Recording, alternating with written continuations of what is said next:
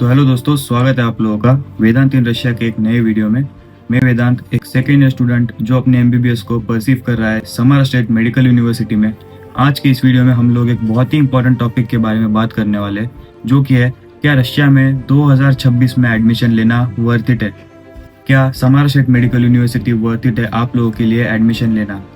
So video में आगे बढ़ते हैं। काफ़ी सारे डाउट्स होंगे आप लोगों के दिमाग में, क्योंकि मैं जानता हूँ ये जो वीडियो है ये काफ़ी सारे नीट एस्पायरेंट्स देख रहे होंगे जो शायद 11th-12th के बाद फर्स्ट टाइम अपना नीट दे रहे या कुछ जॉब्स के बाद एमबीबीएस अब्रॉड के बारे में सोच रहे। सो इस वीडियो से एक प्रॉमिस करता हूँ मैं कि इस वीडियो को देखने के बाद में आप लोगों को और कहीं भटकना नहीं पड़ेगा। This would be a one stop solution for everyone watching this, भले ये एक स्टूडेंट हो, एक पेरेंट हो या फिर कोई फ्रेंड या फिर रिलेटिव हो जो अपने अपने दोस्त या फिर रिश्तेदार के लिए ये एमबीबीएस अब्रॉड के लिए नॉलेज गेन करना चाहता है। सो मी बीइंग अ स्टूडेंट आप लोगों की हेल्प करेगा 100% और जेन्युइन इन्फॉर्मेशन दूंगा। सो वीडियो में आगे बढ़ते हैं। सो सबसे पहली चीज़ जो हम बात करेंगे कि अब्रॉड कंट्री में या फिर रशिया में एडमिशन लेने के लिए मेनली आप लोगों को किन क्राइटेरियाज के बारे में या फिर किन पॉइंट्स के बारे में ध्यान रखना पड़ेगा, ताकि आप लोगों का ये जो डाउट है वो अच्छी तरीके से क्लियर हो, one by one, step by step. ठीक है। सो सबसे पहला डाउट या फिर सबसे पहला पॉइंट जो हम यहाँ पे लेंगे वो होगा बजट। अब बजट अलग अलग कैटेगरीज में डिवाइड किया जाता है, लेकिन मेनली हम अभी बात करेंगे बजट फॉर यूनिवर्सिटी फीस। सो देखो, बहुत सारी यूनिवर्सिटीज होती है, बहुत सारे क्राइटेरियाज होते हैं। सो यूनिवर्सिटीज को हम 3 कैटेगरीज में डिवाइड कर सकते हैं, जो कि होंगी लो बजट, मीडियम बजट और हाई बजट यूनिवर्सिटीज। सो इन बजट या फिर इन क्राइटेरियाज का क्या मतलब ये है कि लो बजट यूनिवर्सिटीज अच्छा एजुकेशन प्रोवाइड नहीं करेगी। सो नहीं, ये डाउट बिल्कुल गलत है। इसका रीजन ये है कि बजट डिपेंड करता है कि कंट्री कैसी है, उसका लिविंग कॉस्ट कैसा है, उसका एक्सपेंडिचर कैसा है, और वो लोकेशन और सिटी के हिसाब से भी अपने अलग अलग बजट्स में डिवाइड होती रहती है। सो इसीलिए बजट और यूनिवर्सिटी जो है ये 3 कैटेगरीज में डिवाइडेड है। एजुकेशन हर एक यूनिवर्सिटी में आपको लगभग सेम ही मिलेगा, क्योंकि यहाँ पे आके आपको यूनिवर्सिटी के टीचिंग पे ज़्यादा फोकस ना करते हुए सेल्फ स्टडी पे ज़्यादा फोकस रखना पड़ेगा। हाँ, बस यूनिवर्सिटी के बेसिस पे आप कुछ चीज़ें कंसिडर कर सकते हैं, जैसे वो बाइलिंगुअल तो नहीं है, जो हम आगे डिस्कस करेंगे। बट हाँ, सबसे पहला पॉइंट होगा आपका एक्सपेंडिचर या फिर बजट, क्योंकि ये भले स्टूडेंट को इतना मैटर ना करे, लेकिन एक्सपेंस अपना पेरेंट हैंडल कर रहे होते, सो उनके लिए ये काफ़ी बड़ा पॉइंट बन जाता है। सो शायद पहला डाउट क्लियर हो चुका होगा, तो वो है बजट।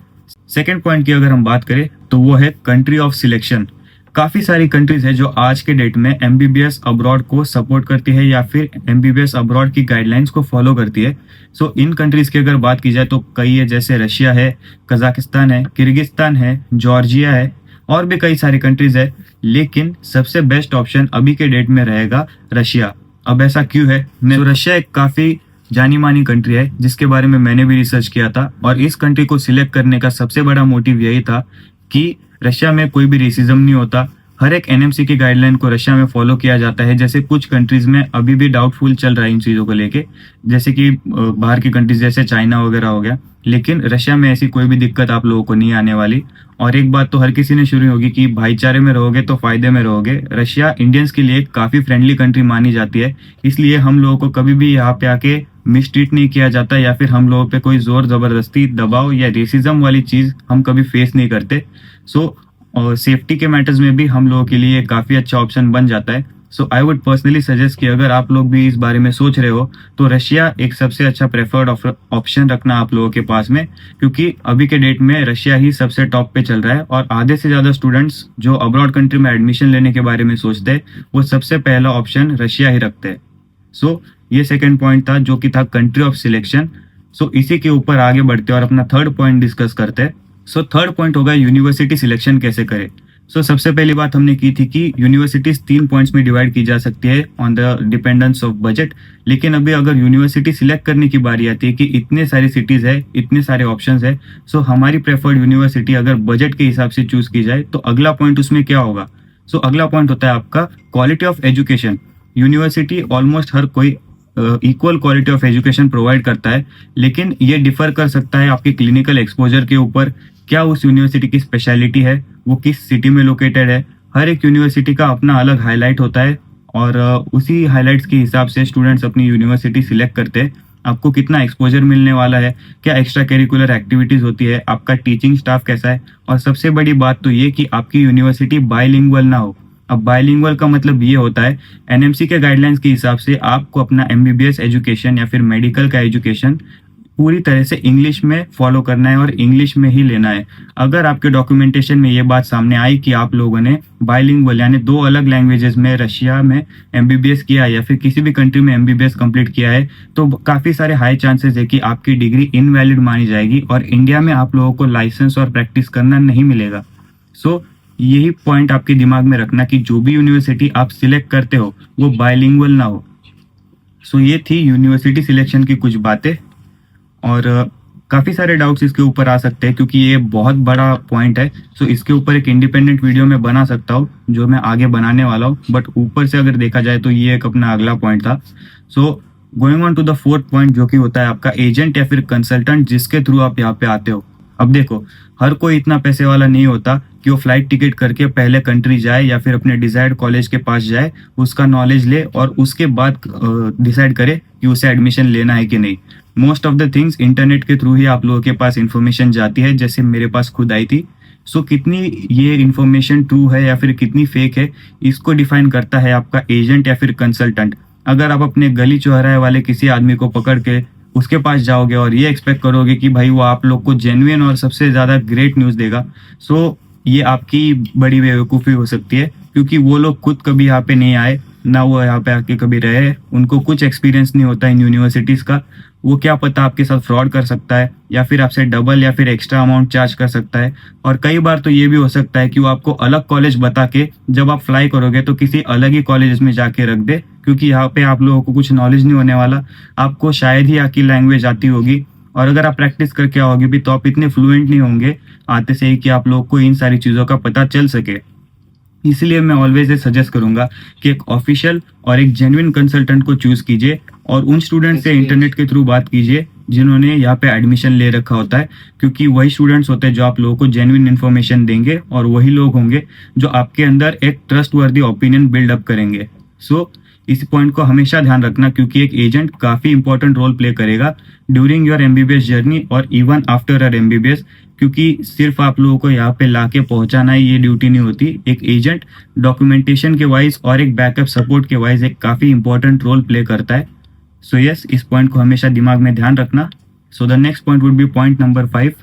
सो पॉइंट नंबर 5 होगा आपका नॉलेज ऑफ एमबीबीएस जर्नी। अब नॉलेज से मेरा मतलब ये है कि जब आप इंटरनेट पे इतना सारा रिसर्च कर ही रहे हो, सो एक बात का भी रिसर्च कर लेना कि ये जो 6 साल की जर्नी आपकी रहेगी उसमें आप लोगों को एग्जैक्टली क्या करना होगा, क्या आपका पढ़ना होगा, क्या आपका टीचिंग पैटर्न होगा, कैसे आप इन 6 सालों के बीच में आपके कितने सेमिस्टर्स होंगे, कौन से सब्जेक्ट्स आपके रहने वाले, और इसका भी इंफॉर्मेशन या फिर इन सारी इंफॉर्मेशन की गारंटी आपको यूट्यूब से ही मेनली मिलने वाली है, जो कि आपको एक स्टूडेंट प्रोवाइड करेगा, जो कि एक जेन्युइन इन्फॉर्मेशन होगी। तो आपकी क्योंकि आपके भी दिमाग में ये पॉइंट क्लियर बैठ जाए कि आप एग्जैक्टली इन 6 सालों में करने के वाले हो, क्या आपका लुकआउट होने वाला है इन 6 सालों के बीच में।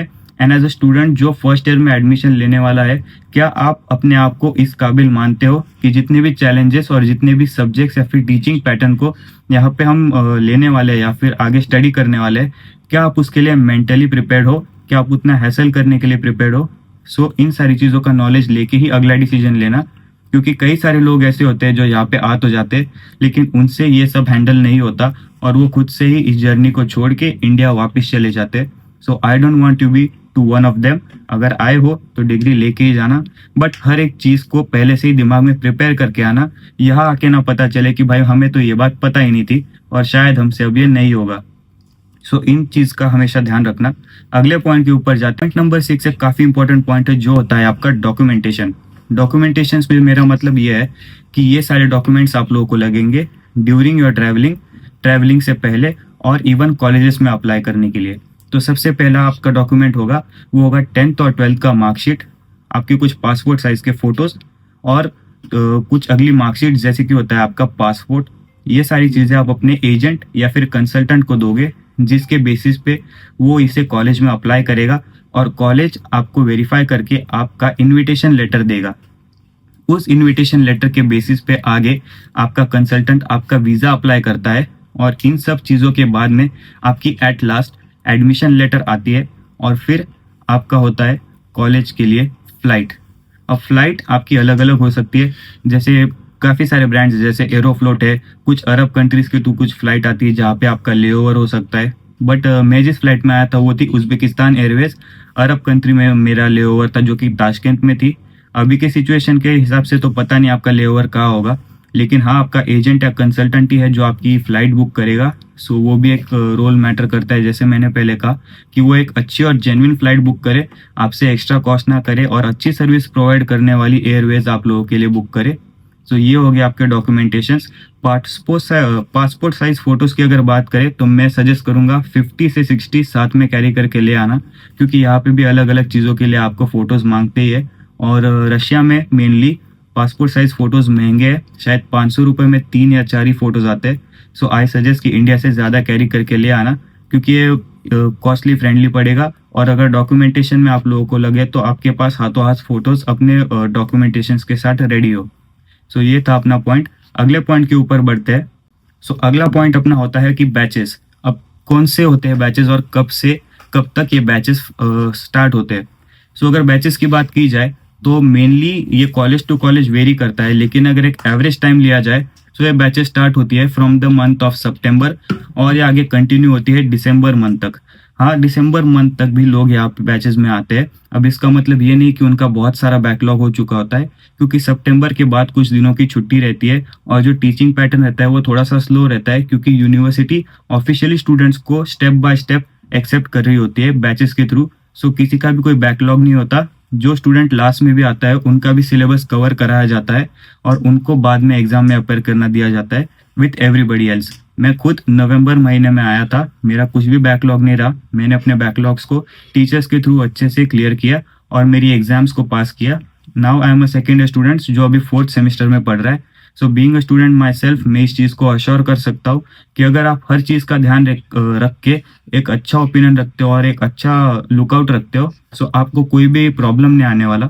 लेकिन आई सजेस्ट कि अगर पहले जाना है तो सेफली जाओ और जल्दी से जल्दी रजिस्ट्रेशन कराओगे तो ही जाओगे, क्योंकि ये भी एक पॉइंट है कि अगर आप डेट जाने के बाद में रजिस्ट्रेशन लेट कराओगे तो शायद आपके डिजायर्ड कॉलेज में आप लोगों को एडमिशन ना मिले। इसके ऊपर मैं आगे वीडियो बना ही सकता हूँ, जो बनाऊंगा। अगर आप लोग चाहते हैं कि मैं इसके बारे में एक डिटेल वीडियो बनाऊं कि रजिस्ट्रेशन क्या होता है और क्या मैटर करता है, किस डेट पे एडमिशन कराना, ताकि आपके कॉलेजेस में मिस ना हो जाए। So you can just comment, या फिर मैं आगे अपना ये वीडियो इसी पे बनाऊंगा। सो ये थे कुछ पॉइंट्स जो मुझे डिस्कस करने थे आज के वीडियो में कि एमबीबीएस अब्रॉड 2026 क्या वर्थ इट है और क्या आपके लिए आइडिया होना चाहिए, क्या आप लोगों ने जानना चाहिए इन इम्पोर्टेंट पॉइंट्स को लेके। सो आई होप कि कुछ डाउट्स क्लियर हो गए होंगे। सो वीडियो ख़त्म करने से पहले मैं आप लोगों को एक बात बताना चाहूँगा कि जब मैंने इस बात का खुद रिसर्च किया था, जब मैंने 12th पास की थी या फिर मैंने अपने नीट पास की थी, सो इन सारे पॉइंट्स को समझने और जानने के लिए मैंने पेन पेपर लेके इन पॉइंट्स को नोट डाउन किया था। लेकिन आप लोगों को ये करने की ज़रूरत नहीं है। डिस्क्रिप्शन बॉक्स में मैंने अपने खुद से हैंड प्रिपेयर नोट्स नीचे डिस्क्रिप्शन बॉक्स में दे रखे हैं। वो पीडीएफ को आप डाउनलोड कर सकते हैं और उस पीडीएफ के थ्रू आप हर एक चीज़ को बिना लिखे अच्छे से देख सकते हैं।